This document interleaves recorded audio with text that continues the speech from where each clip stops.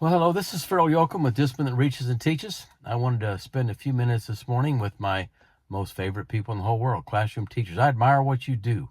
You've got a tough job and it's not getting any easier. And I would love to do some things that can help you to be more successful and happier and joyful and peaceful in your classroom. And that's part of what I do with these videos. I want to mention an old saying that I believe we all think is true, and that is that you cannot learn from someone you don't respect. You can't learn from a person you don't respect. You might get a grade, and there might be some things that you learn from it, but you really don't get what you want out of a course or a teacher that you don't respect. So it's not exactly precise, but there's a lot of truth. And I would go on to say this, that it's very difficult to learn from a teacher that you don't like. I've had people say, you know what, they don't have to like me. And it's true, they don't have to, and you won't get all of them to like you. But would you enjoy going to a doctor that you don't like? Would you choose a doctor like that? Would you enjoy having a mechanic working on your car that you just don't like?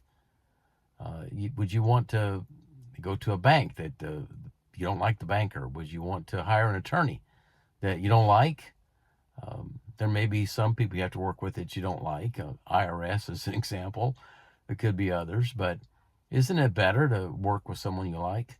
And your students are coming to you every day, Monday through Friday, sitting in your class, and I submit to you that they're going to do much better if they like you. I submit to you they're going to act much better if they like you. Their behavior will improve if they like you. They'll be a team because they've decided that they like this team. They want to be a part of this team. They like the captain of the team, the coach of the team. That's you, the adult in the room, that sets the culture, that sets the tone, and you will be happier if your students like you. So it's rapport. That rapport is such an important part of successful classroom teaching. I'll tell you a story. I had a school I was responsible for a few years back, and the superintendent hired me because she said there's a culture problem at the school.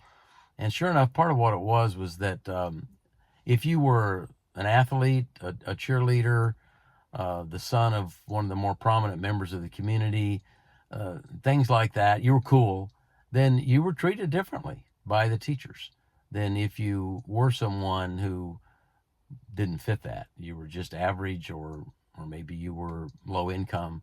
There was a difference, and it could be almost felt. And so about at the end of the first 6 weeks of my first year there, I asked teachers to give me their results on grading. And I had this one teacher that submitted her results. She was the science teacher, I think her science teacher. And I'll say her name was Miss Jones to hide her name. But she said that 44% of her students failed. It's 6 sections, and 44% of them failed the first 6 weeks.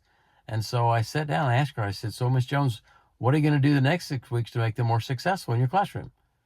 And she looked at me very quizzically and she said, nothing. And I repeated that back. You're not going to do anything any different? No. Well, why not? Well, I don't care whether they like me or not. They don't have to like me. They're not in middle school anymore. They're in high school. They have to step up the plate and do the work. That's not up to me. And I said, but Miss Jones, wouldn't it be better if they liked you? I hear students saying, I got to go to Lady Jones class today. Your classroom order isn't great, and now your children aren't learning. I would submit to you that, sure, not 100% of them are expected to pass, but almost half of them failing your class. Isn't some of that responsibility on you? Did you actually do your job as a teacher? Don't you have some responsibility for success in your classroom? And she didn't really seem attuned to that. But we got to know each other better. I gave her a growth plan and some other things that needed to happen with her. And she took to it and actually made some changes. And it wasn't long, a couple years later, I started hearing kids saying, what's up with old Lady Jones, man? She said she seems more friendly. She said that she brings her lunch down her brown bag, come to her class, and she help with problems that we're having in science. And so it changed. And I can tell you that many things improved in her class. It's a story that's not unique, but I hope that your students like you. And I hope that you'll work to have more of them like you all the time. And that if you'll do so, I submit to you that you'll develop a team with the coach, the captain, the person in charge who's well liked and responded to, and your students will learn from you and they will behave for you. So I hope that if you like these videos that you'll help me out by indicating that you like them and that you subscribe to them and that you share them. Those things help me to do better with these and to find ways to continue to promote it and to get it out to more people all the time. So this is Pharaoh Yoakum for Discipline Reaches and Teaches, and I look forward to seeing you the next time. Have a great day.